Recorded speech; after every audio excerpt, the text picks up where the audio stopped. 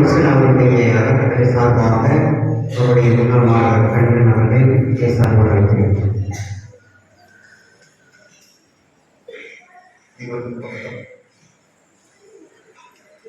மகிழ்ச்சியான தருணமா இருக்கு. என்னன்னா, எங்க ஃபாதர் பிறந்த ஊர்ல நான் இதுதான் ஃபர்ஸ்ட் டைம் வந்து நிற்கிறேன். இங்க நீங்க வந்து அவங்களோட ஒன்றா உறவினர்கள், நீங்க அவங்க காலத்துல அவங்க இங்க பிறந்து இங்க வாழ்ந்து விளையாண்டு இந்த மாதிரி இளம் பருவத்துல இருந்த இடமா, அந்த இடத்துல அந்த வயது ஒத்த நபர்கள் நிறைய பேர் இங்க இருக்கீங்க. ஃபாதர் இங்க எல்லாத்துக்கும் நல்லா அவங்க எல்லாருக்கும் தெரியும்.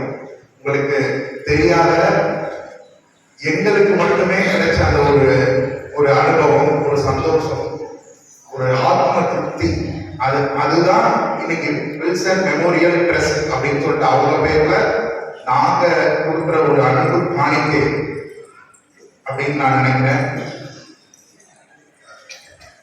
எங்களோட பொக்கிசமா இருந்தாங்க. நாங்க ஒரு மனிதர்களா உருவாகுறதுக்கு மிகப்பெரிய காரணமா இருந்தாங்க. ஒரு சின்ன நாய் நம்ம ரோட்ல விளையாடிட்டு இருக்கும் பொழுது அது கல்லூரி ஏரியெல்லாம் தடை கொடுத்து அன்பு செய்யறாங்க. எல்லாத்தையும் நம்ம பார்த்துட்டு இருக்கோம். என்ன ஒரு அன்பு வந்து ஒரு மனிதனுடைய வாழ்க்கையில எவ்வளவு பெரிய மாற்றத்தை உருவாகும் அப்படிங்கிறதுக்கு எங்க வில்சன் ஃபாதர் பெரிய உதாரணம். என்னுடைய தனிப்பட்ட வாழ்க்கையில மட்டும் இல்ல, பல்லாயிரக்கணக்கான மாணவர்களோட வாழ்க்கைய மிகப்பெரிய மாற்றத்தை உருவாக்குற ஒரு மாபெரும் மனிதர். நம்ம எல்லாத்துக்கும் ஏபிஜே அப்துல் கலாம் தெரியும் இல்லையா, உலகம் முழுவதும். அது மாதிரி எங்க ஃபாதர் வந்து அவ்வளவு மாணவர்களுக்கு அவ்வளவு பெரிய இடத்துல எங்க மனசுக்குள்ள இருக்காங்க. அந்த உயரத்தை எங்க வார்த்தைகளால சொல்லி வரையறுக்க முடியாது. அவ்வளவு பெரிய மாமனிதர். உங்க எல்லாத்துக்கும் தெரியாத, உணர முடியாத அளவை நாங்க உணர்ந்திருக்கோம். அந்த மனிதர்கிட்ட இருந்து நிறைய விஷயங்களை கத்திருக்கோம்.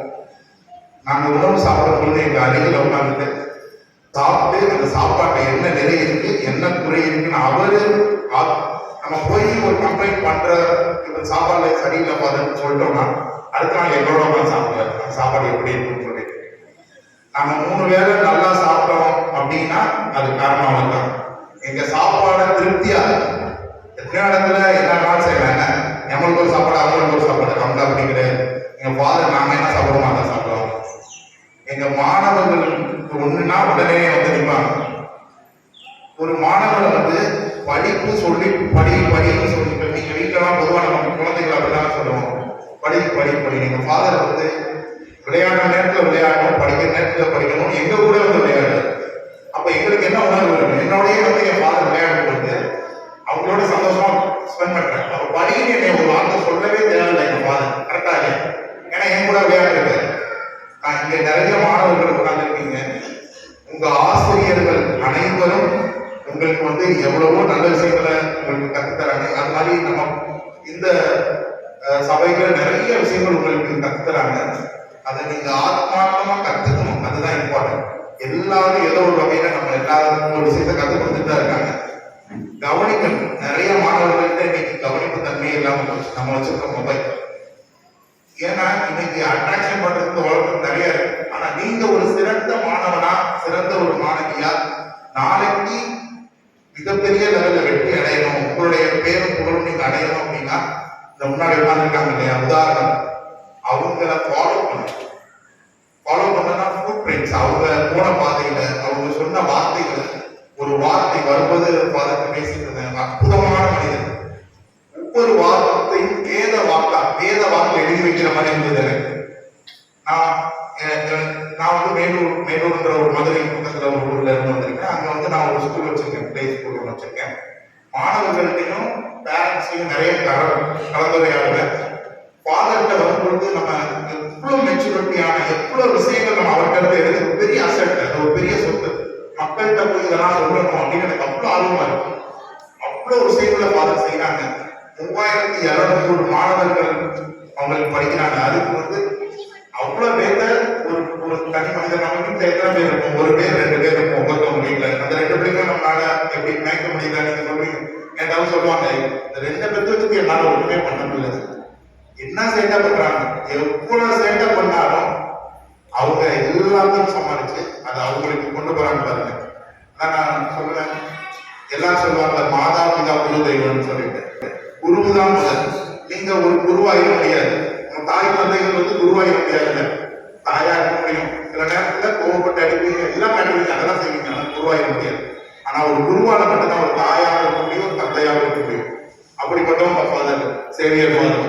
எனக்கு வந்து எங்க ஃபாதர் போயிட்டாங்கன்ற உணர்வை தாண்டி சேவியர் ஃபாதர் வந்ததுக்கு அப்புறம் எங்க ஃபாதர் இங்கே தான் இருக்காரு, ப்ராமிஸா அப்படியே கூட இருக்க மாதிரி எனக்கு ஒரு ஃபீலிங் இருந்தது.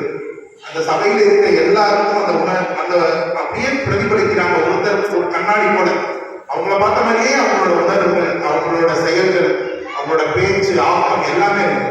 மாணவர்களை பத்தியான சிந்தனைகள், மக்களுக்கு நல்லது செய்யணுன்ற எண்ணம். இல்லைன்னா எங்கேயோ இருக்க என்னை இங்க எடுத்துட்டு வராது.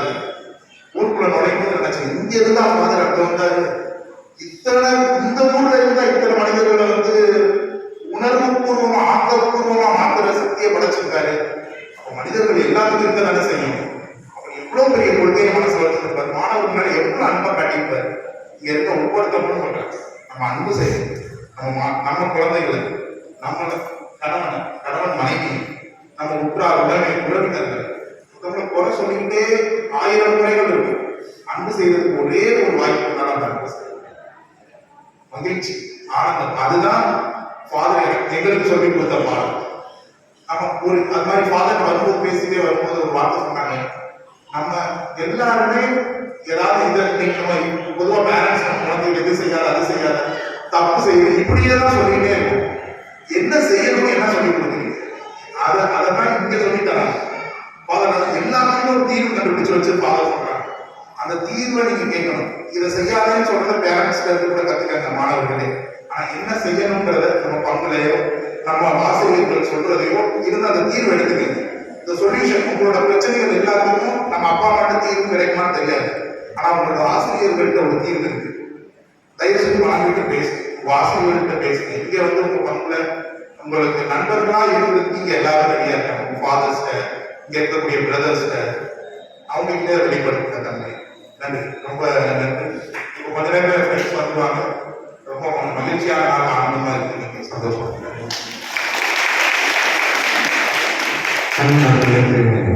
நன்றி. பெரிய சுத்தியமானே உங்களுக்காக வெளியே குளிர்பானங்கள் தயாரிக்க நிலை இருக்கிறது. அதை